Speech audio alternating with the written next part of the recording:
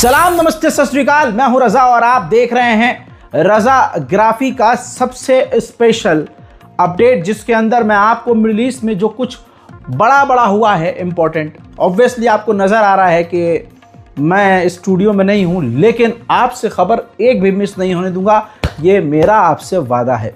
हजरात मोहतरम, बताना चाहूँगा कि सऊदी अरब जो कल तक इजराइल से नॉर्मलाइजेशन करने के लिए तड़प रहा था और नॉर्मलाइजेशन करने के लिए बहाने तलाश कर रहा था, नेतन्याहू ने, इजराइल के प्रधानमंत्री नेतन्याहू ने उसी सऊदी अरब के मुंह पर तमाचा जड़ कर कह दिया है कि गाज़ा के लोगों को सऊदी अरब अपनी ज़मीन पर, फ़िलिस्तीन के लोगों को सऊदी अरब अपनी ज़मीन पर बसाए, क्योंकि सऊदी अरब के पास बहुत ज़मीन है और फ़िलिस्तीन स्टेट अपने ही इलाके को घोषित कर दे और फ़िलिस्तीन स्टेट की मांग बंद कर दे, और अगर ज़्यादा ही फ़िलिस्तीन स्टेट चाहिए उसे, तो अपनी ज़मीन पर फ़िलिस्तीनियों को बसाए और फ़िलिस्तीन उसे घोषित करे।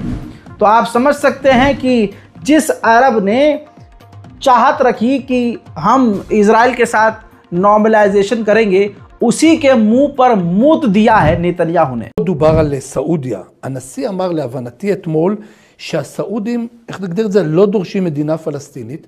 מיד לאחר מכן יצאה הודעה של הסעודים שבעצם מכחישה את העניין ואומרים שאין התקדמות בלי מדינה סעודית. ואני שואל אותך... מדינה פלסטינית. מדינה פלסטינית. אלא אם כן אתה רוצה שהמדינה הפלסטינית תהיה בסעודיה. יש להם הרבה שטח. האמת שאני לא שולל את העניין הזה. הרבה מאוד שטח. हजरात, उधर इजराइल के इंटेलिजेंस चीफ ने कहा कि डोनाल्ड ट्रंप का ये जो प्लान है गाज़ा के लोगों को गाज़ा से निकालने का, ये एक बेहतरीन प्लान है। हम तैयारी कर रहे हैं हवा से, समुद्र से और ज़मीन से, जैसे तैसे गाज़ा के लोगों को गाज़ा से निकाला जाए। हजरात, उधर गाज़ा में ज़बरदस्त बरसात हो रही है, बारिश हो रही है, जिसकी वजह से गाज़ा के लोगों को टेंट के अंदर काफ़ी, ऑब्वियसली टेंट जो है बह रहा है, गीला हो रहा है, टेंट में पानी लग रहा है। गाज़ा के लोग इस वक्त फिर से एक बार परेशान हो गए हैं।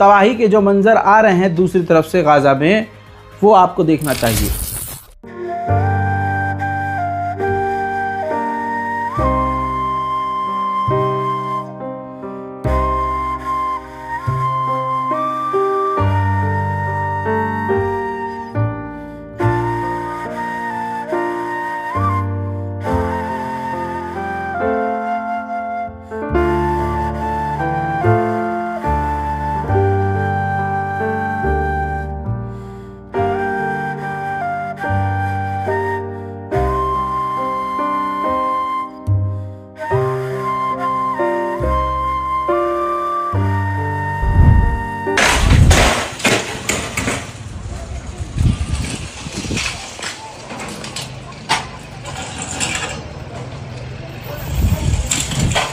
देखिए, पूरे हफ्ते नेतन्याहू अमेरिका में रहे और पूरे हफ्ते मिडिल ईस्ट के अमेरिका के सैनिकों के कमांडर यानी सेंटॉम के कमांडर पूरे हफ्ते इजराइल में रहे।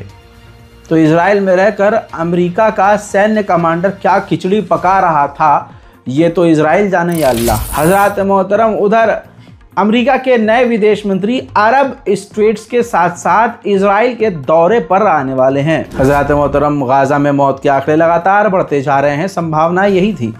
पिछले 24 घंटे में 66 बॉडीज मलबों के अंदर से शहीदों की बरामद हुई है। इजराइल दूसरी तरफ से पूरी चालाकी करके गाज़ा के लोगों को परेशानी में डालना चाह रहा है। खाने पीने की चीज़ें बॉर्डर के अंदर से इजराइल आने तो दे रहा है, लेकिन मेडिकल और मेडिकल इक्विपमेंट्स गाज़ा के अंदर जाने नहीं दे रहा है इजराइल। पूरी दुनिया को डोनाल्ड ट्रंप की गवर्नमेंट ने ह्यूमैनिटेरियन एड और दूसरी तरह की मदद देना बंद कर दिया है, लेकिन सिर्फ वाहिद इजराइल ऐसा है जिसे डोनाल्ड ट्रंप की अमेरिका की सरकार लगातार अभी भी मदद दे रही है। मिलियंस में इजराइल की यूनिवर्सिटीज़ को हमेशा से अमेरिका फंड करता रहा है और दुनिया में आज हर जगह उसने अपनी फंडिंग को बंद कर दिया है, लेकिन अभी भी वो इजराइल की यूनिवर्सिटीज़ को फंड कर रहा है। हज़रात मोहतरम, दूसरी तरफ फ़िलिस्तीन का हाल आपको पता ही है। नहीं पता है तो शर्म आनी चाहिए कि हमें फ़िलिस्तीन के बारे में कुछ पता ही नहीं चल रहा है। गाज़ा ख़त्म हुआ है, लेकिन गाज़ा की जंग अब ट्रांसफ़र हो चुकी है फ़िलिस्तीन के वेस्ट बैंक में। मैं आपको पिछले 15 दिन से ये बता रहा हूँ, जब से सीज़ फायर हुआ है। आपको बताना चाहूँगा, गाज़ा के बाद इजराइल अब फ़िलिस्तीन के वेस्ट बैंक को तबाह कर रहा है। कुछ ही देर पहले तक इजराइल ने जो वेस्ट बैंक में तबाही मचाई है, उसके बाद के जो मंजर हैं वो हिलाने वाले हैं। देखिए,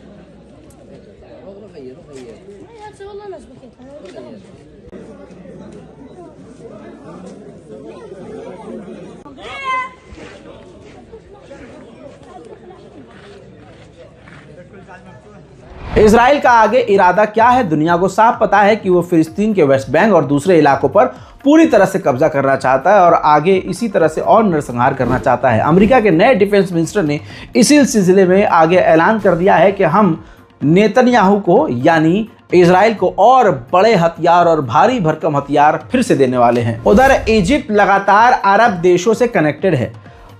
कहा जा रहा है कि इजिप्ट की सरकार लगातार अरब के देशों से मीटिंग कर रही है, कॉन्फ्रेंस कॉल पर है और कोशिश कर रही है कि अरब देशों के साथ मिलकर डोनाल्ड ट्रंप के इस फैसले को रोक दिया जाए, जिस फैसले में गाज़ा के लोगों को निकालकर इजिप्ट या जॉर्डन ज़बरदस्ती भेजा जाएगा। इसी मुद्दे पर बातचीत करने के लिए जॉर्डन के विदेश मंत्री अमेरिका पहुंचने वाले हैं। जाहिर सी बात है, डोनाल्ड ट्रंप उनकी एक भी नहीं सुनेगा, लेकिन जॉर्डन का विदेश मंत्री भीख मांगने तो अमेरिका पहुंचने ही वाला है। हज़रात मोहतरम, वहीं मैंने आपको बताया था कि अमेरिका ने आखिरकार इंटरनेशनल क्रिमिनल कोर्ट पर ही पाबंदी लगा दी है, यानी एक ऐसी कोर्ट जो पूरी दुनिया में बड़े लेवल पर जब कोई देश क्राइम करे तो देशों के ऊपर वो केस कर उसकी इन्वेस्टिगेशन करती है और देश को सजा देती है और देश के राष्ट्रपति प्रधानमंत्री पर कार्रवाई करती है। उसी इंटरनेशनल क्रिमिनल कोर्ट के ऊपर जब कल डोनाल्ड ट्रंप ने कार्रवाई की और पाबंदी लगाई तो लगभग 77 से 78 देशों ने डोनाल्ड ट्रंप यानी अमेरिका के इन फैसलों की निंदा की है और आईसीसी का सपोर्ट किया है। ताकत और पैसे के दम पर नेतन्याहू और डोनाल्ड ट्रंप कुछ भी कर लें, लेकिन दुनिया में इनकी इज्जत दो कौड़ी की अब नहीं रही है। ये तस्वीर आप देखिए, अमेरिका के अंदर जब नेतन्याहू निकल रहे थे तो एक्टिविस्ट जो लोग वहाँ के लोग हैं, अमेरिका के लोग जो फ़िलिस्तीनी समर्थक लोग हैं, वो नेतन्याहू की गाड़ी पर प्रदर्शन करते हुए अंडे फेंक रहे थे। वहीं अमेरिका के शिकागो में ज़बरदस्त प्रदर्शन इजराइल और अमेरिका के खिलाफ जारी है।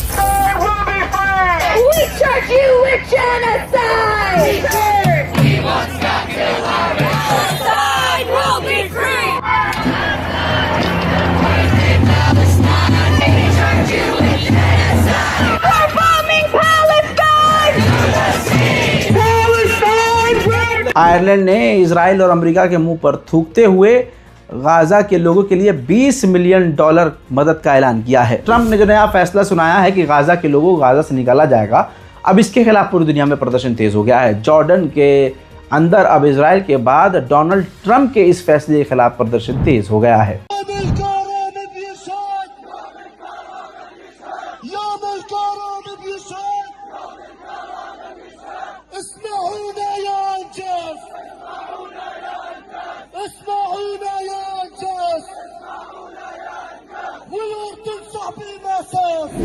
हजरात, उधर अमेरिका के अंदर भी जो सरकार है, सेनेटर हैं, एक अमेरिका की सरकार में ही हैं, उन सेनेटर्स ने आवाज नेतन्याहू और ट्रंप के खिलाफ आखिरकार उठा दी है और कहा, वीडियो में आपको दिखाने वाला हूं कि गाजा बिकाऊ नहीं है, हम गाजा को दोबारा बनाएंगे, हमें गाजा को दोबारा बनाना चाहिए, दोबारा बसाना चाहिए, ना कि गाजा के लोगों को वहां से भगाना चाहिए। सुनिए। It is literally impossible to understand what Trump is talking about in terms of Gaza.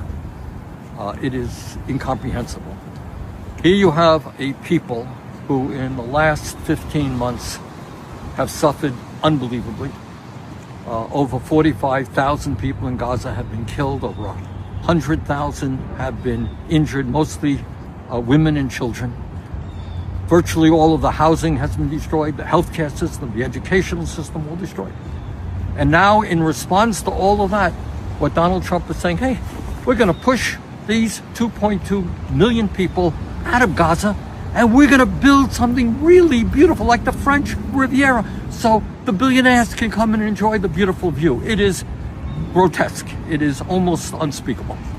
So together we are going to work and make sure that we rebuild Gaza for the Palestinian people, not for the billionaire class. Netanyahu ने कहा है कि मैंने Donald Trump और America की government से बात की है, दो चीज़ों पर हम सब राज़ी हैं कि गाज़ा के अंदर हमास दोबारा नहीं आना चाहिए और ईरान को न्यूक्लियर वेपन हासिल नहीं करने देना होगा। हजरात, मिडिल ईस्ट स्पेशल रिपोर्ट में फ़िलहाल के लिए इतना ही। तमाम ये वो बड़ी खबरें, छोटी मोटी खबरें मैंने ली ही नहीं हैं, ये वो तमाम बड़ी खबर हैं जो आपको अखबारों के फ्रंट पर ही शायद देखने को मिलेगी। इधर उधर खबर ये दबा दी जाएगी या ऐसी खबरें आप तक नहीं पहुंचेंगी। मैटर नहीं करता कि मेरे बैकग्राउंड में आज एनिमेशन है कि नहीं है, और मैटर नहीं करता है कि मेरे चेहरे पर लाइट सही पड़ रही है कि नहीं पड़ रही है।